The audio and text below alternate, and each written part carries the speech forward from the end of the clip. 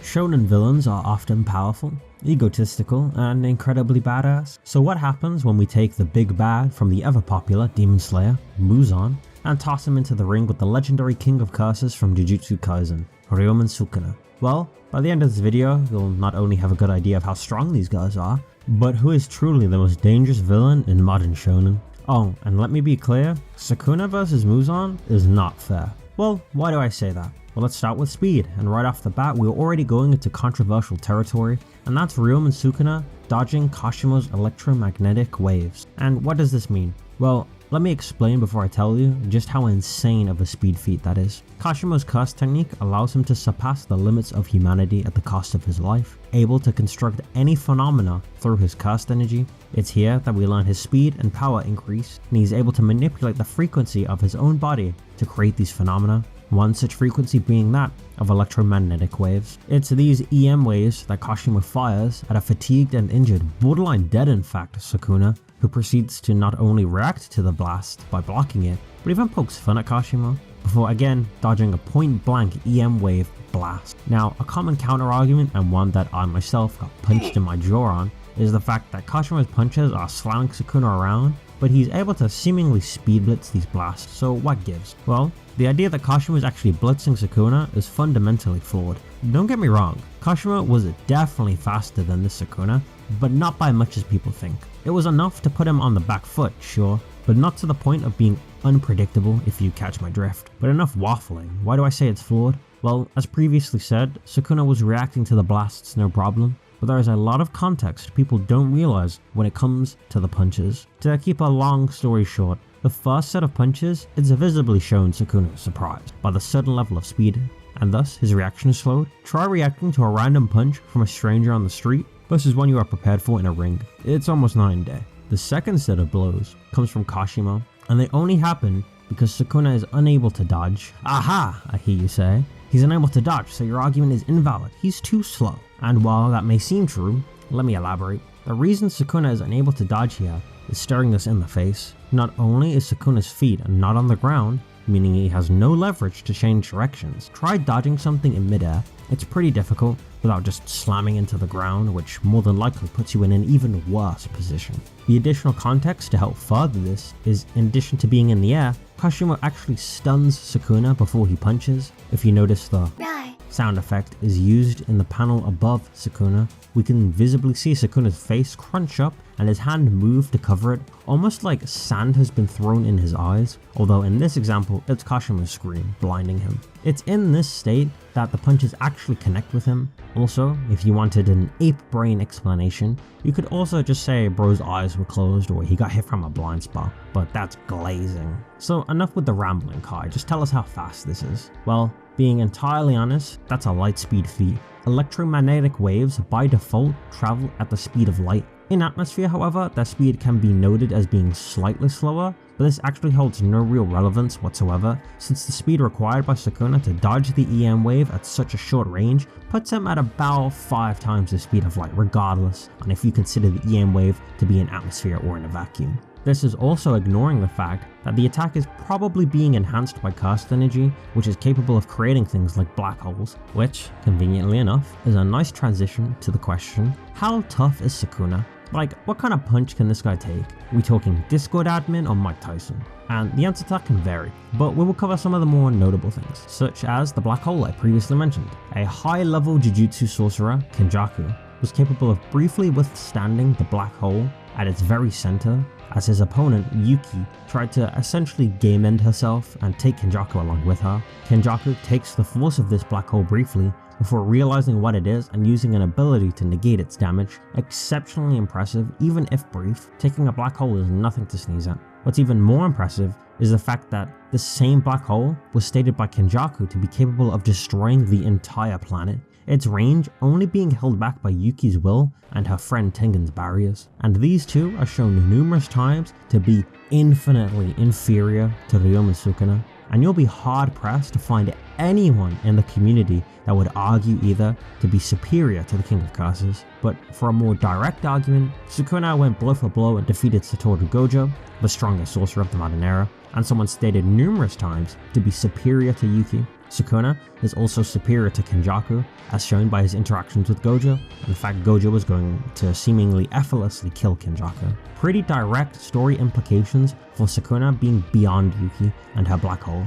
And funnily enough, the back of Jujutsu Kaisen volumes actually state that if Sukuna regained all of his body, which he currently does have, he could destroy the world. It's unclear how long this would take, but given that someone weaker than him was going to use a literal black hole to destroy the world, I don't think it would take particularly long. There are also ways to say Sukuna has even higher levels of toughness than just planetary, like using arguments to put Kashima above Yuki and then having this giga-nerfed Sukuna withstand his blows, but those are unnecessary and highly debatable, so we can settle for just planetary. So we talked how fast this guy is, light speed, and what kind of punches he can take, planetary ones, but what kind of punches can he throw? How hard can the King of Curses hit? And that one's pretty simple. I could go on and on about how he can level an entire town since he's stronger than Jogo's meteor, or how he's probably blowing up the planet, but that's not necessary either. All that matters are two simple words: domain expansion. In Sukuna's domain expansion, Malevolent Shrine, he can choose to either expand an area of 200 meters, or alternatively, can trap you inside a barrier and make escape essentially impossible. Inside the domain's range, Sukuna's attacks are known as a sure hit, and this is not due to just some insane increase in speed that no one can dodge. The attacks from a domain expansion quite literally do not exist until they have hit the target. Domains are called the pinnacle of Jujutsu and are the ultimate weapon a sorcerer can use. It's an attack that can only be beaten with outside intervention or expanding your own domain. This is the method Sukuna can use to deliver his curse technique, Cleave and Dismantle. These attacks were originally just simple slashes like that of a sword. However, after Sukuna defeated Satoru Gojo, he evolved the Dismantle. This new version of Dismantle was capable of instantly killing Gojo, who had up to this point been like a pseudo Wolverine and just regenerating through all of Sukuna's attacks. The reason being that this new Dismantle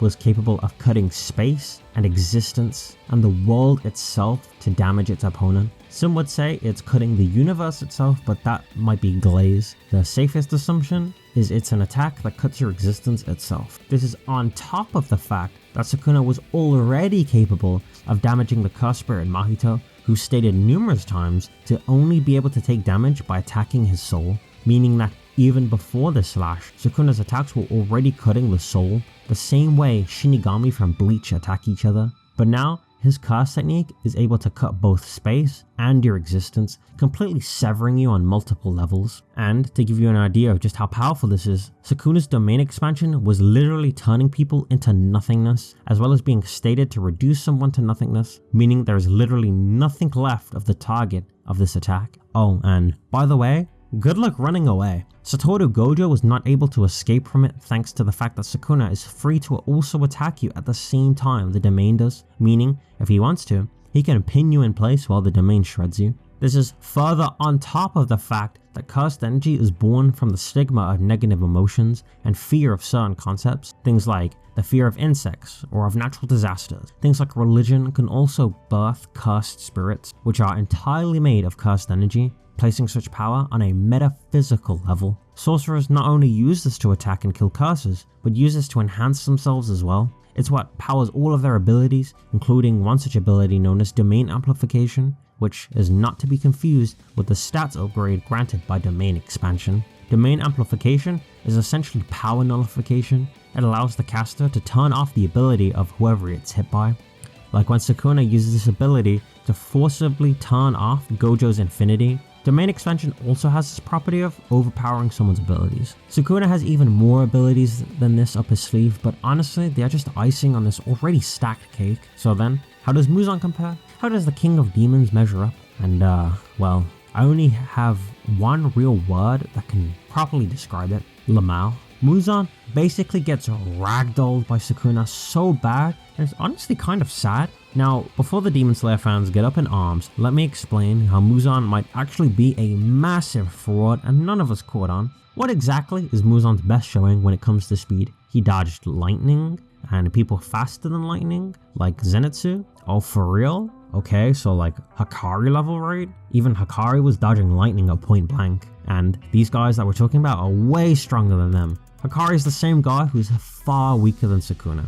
Got it. For the sake of argument though, let's just glaze Muzan real quick. Let's just slip it in real quick and say Muzan is the speed of light. He's still not faster than this fatigued and injured Sukuna who just went through 14 chapters straight brawling against the strongest sorcerer in the modern era and someone the entire fandom was convinced could not be beaten. Like, I kid you not, Gojo was hyped as hell. I'm sure we've all seen a Gojo vs Makima or Gojo vs Goku video by now, and you know how tough this guy is, and Sukuna is not only brawling with this guy, but killed him, and had Gojo admit Sukuna was even stronger than him too. That should give you the kind of idea of how insanely immense the speed difference is. But on top of that, Gojo literally compressed space and coordinates to move, and Sukuna could still keep up with this ability. In contrast, Muzan dodges swords and occasionally a lightning speed attack. Glaze to light speed,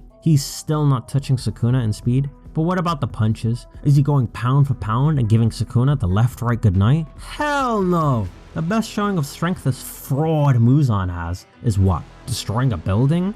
My guy, Sukuna took an attack that nuked a city and came out the other end, killing the guy that did it.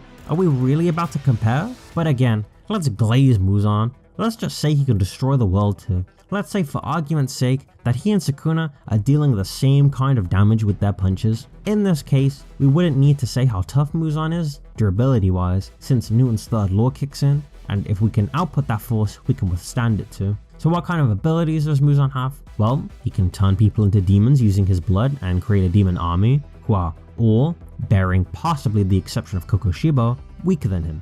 Muzan can also change his appearance and shape to deceive his enemies and is able to transform into what is about his true form, something that is covered in whips and able to slash at incredible ranges, almost entire streets of distance. And Muzan also has a Biju Bomb, which doesn't really do all that much in series, but it is worth noting. So what's Muzan mostly known for, since these are not really all that impressive? It's his insane regen. Being able to basically regen from even the smallest chunks. Muzan's regeneration is only stopped by the red blades, sun breathing, and the sun itself. In Demon King Tanjiro's case, who's basically just a better Muzan, he was immune to both of these. Again, we're about to glaze Muzan and apply the same exception to Muzan. Let's say that he shares these traits with Tanjiro, and the red blades and sun just don't affect his regeneration. In 100% honesty, having made videos on both of these series for a long time, and having read both of them way too much, I can confidently say Muzan is getting put in a pack. Let me explain. Like I previously mentioned, Sukuna has already dealt with and found ways around regeneration. In Gojo's case, he literally just kept attacking him until either Gojo wore out from all the damage, or he went long enough to acquire the World Slash, which seemingly Gojo was unable to regenerate from. There is also the fact that the main expansion is shown to reduce people to literally nothing. Literally, just dust on the ground. Sukuna is also capable of firing the arrow, which reduces whatever it hits to ash, just leaving white paste in an area. There's also the fact that Sukuna has double the cast energy volume of Yuta Akatsu, someone who's considered to have a bottomless, boundless cast energy, meaning his stamina is out of this world, being able to even open domain about 5-ish times and still going strong after that, with domains being this massive drain on your cast energy. But even if you think that Muzan's regeneration could possibly outpace Sukuna's domain, like how Gojo's did, there's simply just not any evidence that even remotely implies Muzan is capable of regenerating his soul. And since Sukuna's slashes again could kill Mahito, who could regenerate the soul, it's not looking good. Even if somehow Muzan managed to get lucky blow on Sukuna, he has regen that's about on par with Gojo, who's basically Wolverine himself. It may sound like I'm glazing, but like the title suggested, this really is not a fair matchup. Even if you took away Sukuna's speed, Muzan still would not be able to hurt him, and would simply get vaporized by the domain expansion. Maybe you could try and say that Muzan changes appearance and tries to sneak attack Sukuna from a crowd or something, but Sukuna literally cares about nothing but himself. He'd be perfectly willing to just kill everyone there if it meant hitting Muzan even once. On a storytelling level though, it's pretty clear that Much like demons, Sukuna is depicted as a being that is beyond humanity and simply cannot be reached by others. Both he and Muzan are considered demons in their story. However, the difference is Muzan feared death, while Sukuna is perfectly willing to accept it because it means someone stronger than him won. Sukuna constantly seeks improvement to improve himself and uses his opponents to do that. Much like Gojo, Sukuna would use Muzan to improve himself, copying anything he could use from Muzan, such as possibly using Muzan to advance his own regeneration, or even copying the way Muzan morphs his body into whips, as Sukuna is capable of morphing his body, although seemingly limited.